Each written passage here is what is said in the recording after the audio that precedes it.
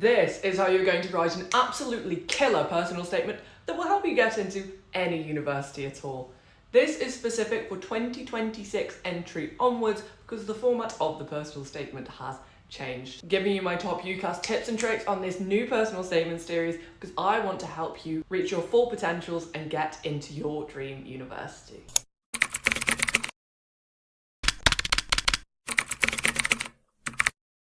Hello everybody, welcome back to my channel and welcome back to the first episode of my new series about personal statement top tips. If you don't know me, my name's Tilly. I study economics at LSE, which is one of the most competitive, if not the most competitive economics course in the UK. There's one place for 20 applicants and I did in fact get in.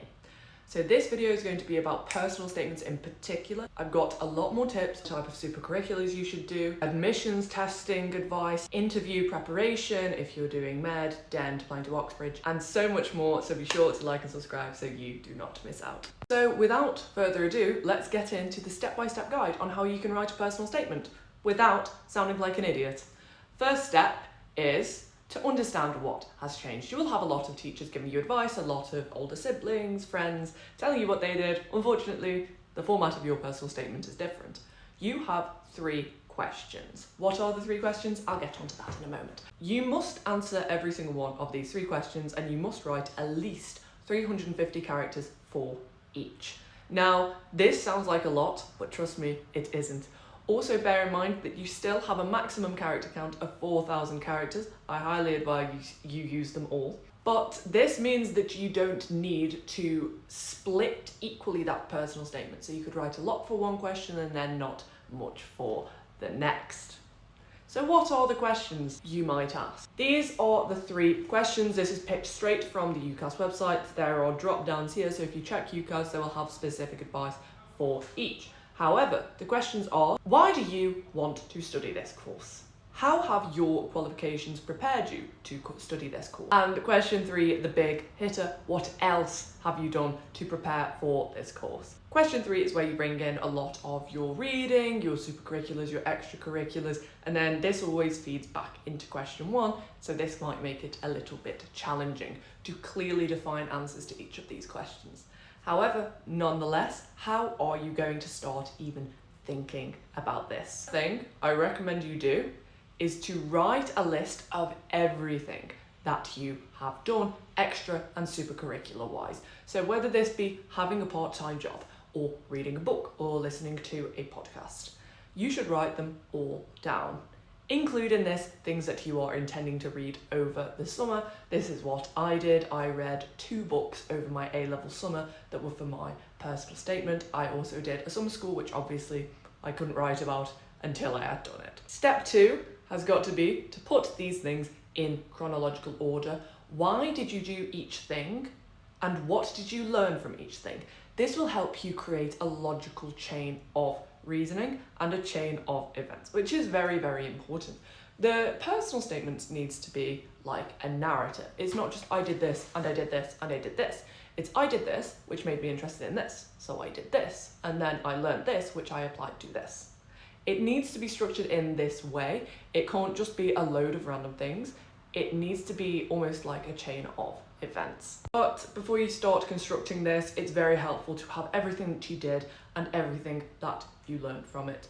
And be honest here, if you haven't read a book yet, don't try and guess what it was about, because if you get that wrong in your personal statement, admissions staff will know. Step 3.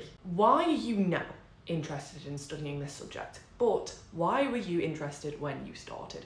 This is probably one of the hardest things because this is about your opening. That first line needs to grab the reader's attention. If it doesn't, then they're just going to throw your personal statement away. And the reason this is so challenging is because a lot of people will go into writing their personal statement having known for years that they're going to apply for medicine, having known for years that they are going to do a particular subject. So it's so hard to pinpoint the reason you became interested in the first place. And my parents told me to do it, or I know this will make me rich, is not a good reason, nor is I've been interested from a young age. They hate that. And this really does need to be personal to you. So a couple of ideas of what you could write. A certain event or topic within your subject that interested you. This is how I began my personal statement. I started talking about COVID-19. So I study economics and the furlough scheme and fiscal policies implemented around the world, how they were different. However, you can talk about a certain role model, a person who inspired you or something that inspired you. You can also talk about your background. So I know quite a few people who are from different countries to me or whose family are from different countries.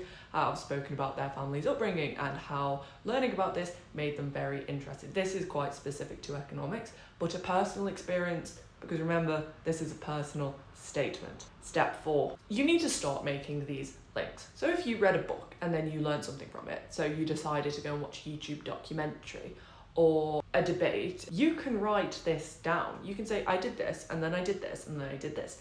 And if you have this chronological sort of timeline of events that happened, you can start making those links. You can start saying, because of this, or as a result of, or to further my understanding. How have you explored this subject? That is essentially what you're doing here. And then understand that what you've just done has provided the bare bones of the personal statement, and then you have gaps to fill in with those links. Write the things down that interest you and then why they interest you. What did you do about these interests? Because this is what admissions staff want to see. They want to see that you're acting on your interest in this subject. This is what makes a good university student. And then what you need to do, you need to be making those links between those different events. Just fill them in, almost like a filling in the gaps exercise. And this becomes much easier when you are honest, believe it or not. If you are just saying, I've been really interested in learning about the Franco-German bond spread from the age of 10, then that nobody is going to believe you. Also, it becomes much easier to write a personal statement about something you're genuinely interested in, and it becomes 10 times easier to write a personal statement when you've done a lot of supercurriculars already. Don't worry if you've not read any books or listened to any podcasts or watched any documentaries or done any online courses even. Before you start writing, in that case, you might want to get on that. You might want to start reading. Start planning what you're going to read over this summer, because you've got the luxury of time right now. Be sure to make the most of it to maximize your chances of getting into your dream course. If you found this video helpful, be sure to like and subscribe, and hopefully I will see you in the next episode of this personal statement series. Bye guys!